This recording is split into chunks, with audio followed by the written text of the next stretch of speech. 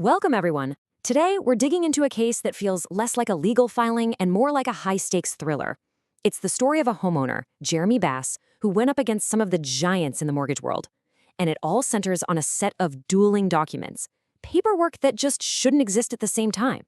We're going to walk through this piece by piece and see exactly how a foreclosure defense like this gets built from the ground up. Okay, so let's just get right to the big, central question that makes this case so wild. How on earth can a mortgage be foreclosed on when there is a public, legally recorded document saying that it's been paid in full? I mean, it sounds completely impossible, doesn't it?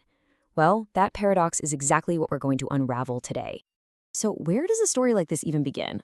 Well, it doesn't start in a courtroom. It starts with a very strange request, a demand from a mortgage company that was so unusual, it basically set off every alarm bell and kicked off an entire investigation that would uncover years of, let's just say, questionable paperwork. Get this. In late 2019, the mortgage servicer, Carrington, sends Jeremy Bass a whole stack of documents and asks him to sign them. But here's the kicker. They wanted him to sign paperwork that was backdated all the way to 2012. We're talking a 7-year time jump. And what's even stranger, Carrington wasn't even his loan servicer back in 2012.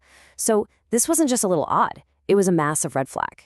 And this wasn't just a one-time ask. Oh, no. Carrington launched what you can only describe as a full-on pressure campaign. They sent him 4 different versions of these backdated papers. They even offered him $100, which Bass later called a bribe, just to sign. They were calling him constantly, like every other day for months, and at one point even sent a notary to his house who just waited for 45 minutes. You know, that level of persistence really makes you think this was way more than just fixing a simple typo. And look, this isn't just us saying this is weird. As mortgage compliance attorney Jennifer Waller points out, a request like this raises serious red flags about potential fraud and document manipulation. This is not standard operating procedure, not by a long shot. It really suggests they were trying to create a paper trail after the fact, a trail that for some reason just wasn't there. So Carrington's bizarre request is what made Bass say, okay, I need to go pull my own records. And what he found was this timeline, a sequence of events that's just deeply contradictory. Let's walk through it. In 2008, he has his original loan with Zions Bank. Simple enough. Then, about a year later, in October 2009, a whole new deed of trust pops up, this time with Bank of America. But then, and this is the bombshell, just 1 month later, a legal document gets filed that says that original Zions Bank loan has been paid in full. This discovery is the key that unlocks this whole thing. And that bombshell document, it becomes the absolute core of the defense. It revealed what looks like a fatal flaw in the property's chain of title. Now, the chain of title is just the official history of a property's ownership. And if that chain is broken, it raises huge questions about who legally has the right to do anything with that property, including foreclosing on it. So what exactly is this document? It's called a Letter of Full Reconveyance. And in plain English, it's a legal notice filed in the public record that officially says, hey, this mortgage is done. It's paid off. The second that gets recorded, the lender's claim on the property is gone. The loan is, for all legal intents and purposes, dead. Real estate attorney Sarah Jenkins absolutely nails the analogy here. Think of it as the ultimate paid-in-full receipt for your house. And the really critical part is this. Once that receipt is filed, that loan can never be used to foreclose again. It's over. It's a final, legally binding statement. And this brings us right to the central conflict of the case, the dual deed dilemma. See, Bank of America and its servicers were trying to foreclose using a deed of trust from October 2009. But just 1 month after that deed was created, a letter of full reconveyance was filed, saying the underlying debt was paid off. So, which one is it? You can't have a loan that's both active and completely paid off at the same time. This contradiction creates a broken chain of title, which is a massive flaw in the legal argument for any foreclosure. Now, you might be thinking, okay, maybe this was just some bizarre 1 in a million clerical error, a really bad one, but still a mistake. Well, Bass's research uncovered something that makes that argument really, really hard to swallow. He found a case that was eerily parallel to his own. I mean, just look at the side-by-side comparison with the Countrywide versus Sheets case. It's wild. You've got the same institution, Bank of America. The paid-in-full letter in both cases was signed by the very same employee at the same subsidiary. It was notarized by the same notary, and it all happened in the same month, November 2009. But here is the absolute kicker. In the Sheets case, Bank of America argued in court that the reconveyance was a mistake, and they won. Now, in Bass's case, they're arguing that a nearly identical document is totally valid. This leads to a massive legal headache called judicial estoppel. And, simply put, as Dr. Elizabeth Warren explains, the law says you can't go into court and argue one thing to win a case and then walk into another courtroom and argue the complete opposite just because it helps you this time. It completely destroys your credibility. You just can't have it both ways.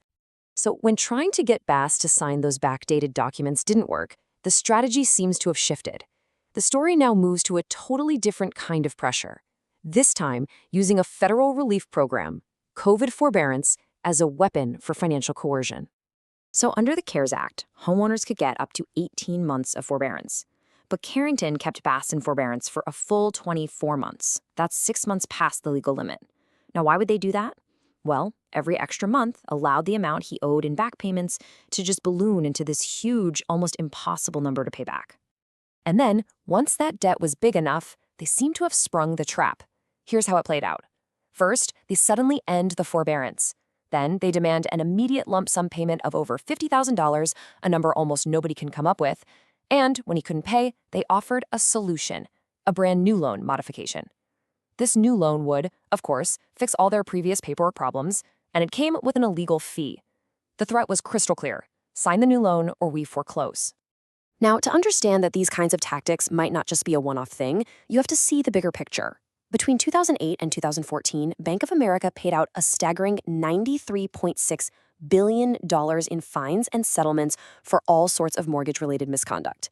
That number is just immense.